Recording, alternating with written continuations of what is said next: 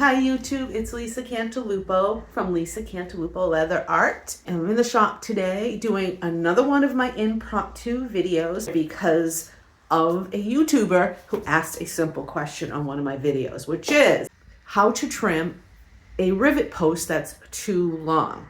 So I'm going to show you how I do it. But I just want to say, this is not something that I came up with. It's actually in a book.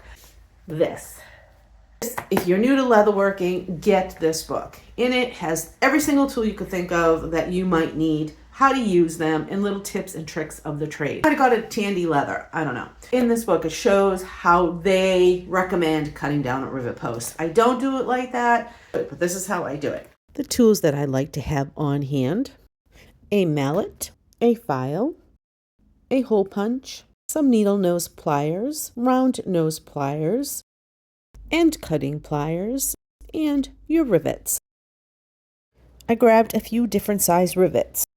We want a 1/16 of an inch post protruding through the leather, so I'm going to snip off a little bit of the silver one. To do this, I'm going to use the needle nose pliers and the end cutting pliers. As you can see, the post gets a little bit mushed, so to fix that, I am going to use the round nose pliers.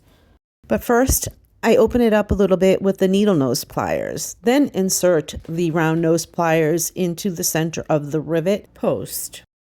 And I kind of just pivot around the rivet, kind of bending it open and just reshaping it as I go. I inserted the rivet into the hole that I had already punched out, put the cap on, and I'm going to set that rivet. So if I want to keep the cap rounded, then I'm going to use the cup portion of the metal plate. For a flat cap, then flip over the metal plate and use the back side, which is what I'm going to do here in this demonstration. Choose the correct size tool, make sure to hold it straight, and then pound it in. I usually do a few quick taps, and I stop to check to make sure that the posts are going in straight and they did not get misaligned. If everything looks good, then I set that cap and rivet.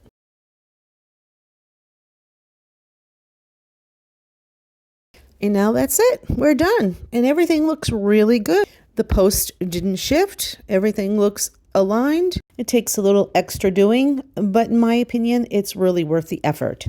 I hope you found this mini tutorial helpful. Oh, of course. And make sure you like and subscribe for more DIY leather tips and tricks. Thanks. For more DIY leather crafting tips and tricks, make sure you subscribe to my channel and click that bell to be notified when new videos are released.